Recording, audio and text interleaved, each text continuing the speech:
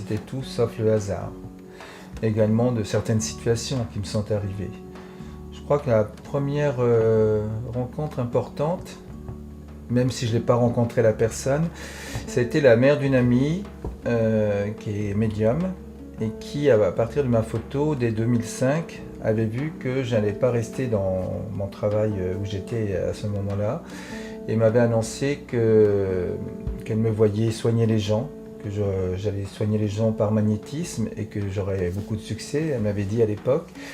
Et quand je lui avais dit mais dans l'immédiat, elle m'a dit dans l'immédiat c'est bien simple, vous allez faire votre projet dans le social, mais début 2006 vous ne serez plus là où vous êtes. Et moi je l'ai pris un peu en souriant, en disant, vous savez dans l'éducation nationale quand on a repris au 1er septembre, c'est reparti jusqu'au 31 août.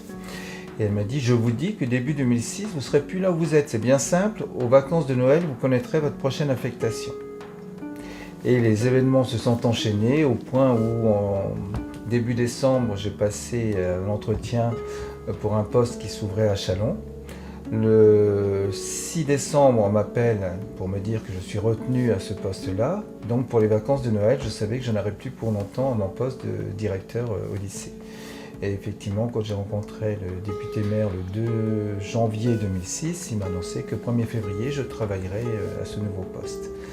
Donc c'était déjà le début de choses qu'elle avait vues et elle m'a beaucoup coaché pendant ces années-là, avant que 6 ans après, je m'installe comme magnétiseur.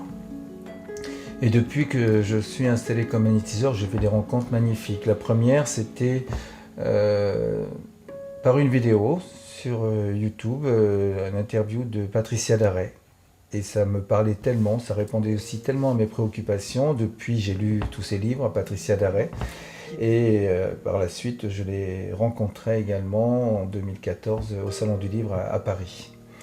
Et je trouve que Patricia Darey, c'est une personne d'une très grande intégrité, d'une grande intelligence et d'une grande générosité, vraiment. Et puis j'ai rencontré ensuite Nicole Dron.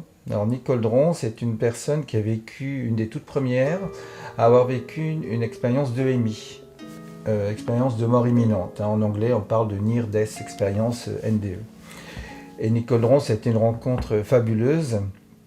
Et pour la petite histoire, je lui disais, est-ce que vous connaissez au moins Patricia Darey? C'est une personne remarquable et vu votre expérience, ça devrait vous parler et tout.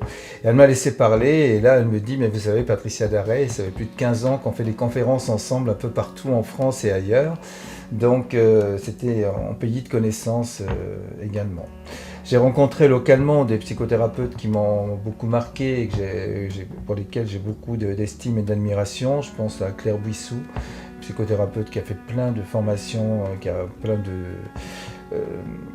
de diplômes et qui est une thérapeute assez exceptionnelle. Je pense aussi à Marie-Noëlle Beau qui m'a beaucoup aidé aussi, qui m'a beaucoup appris, qui a partagé beaucoup de choses de ses 15-20 ans d'expérience.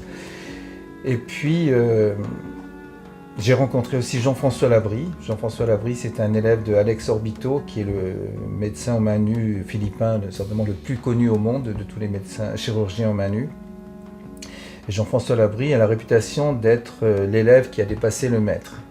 Et c'est un Canadien québécois que j'ai rencontré en 2015 personnellement et c'est assez fabuleux effectivement ces interventions qu'ils font, ces interventions ou chirurgie spirituelle, on les appelle comme on veut, mais c'était aussi une belle rencontre et c'est une belle personne qui d'ailleurs vient en France se donner des formations prochainement dans le sud de la France.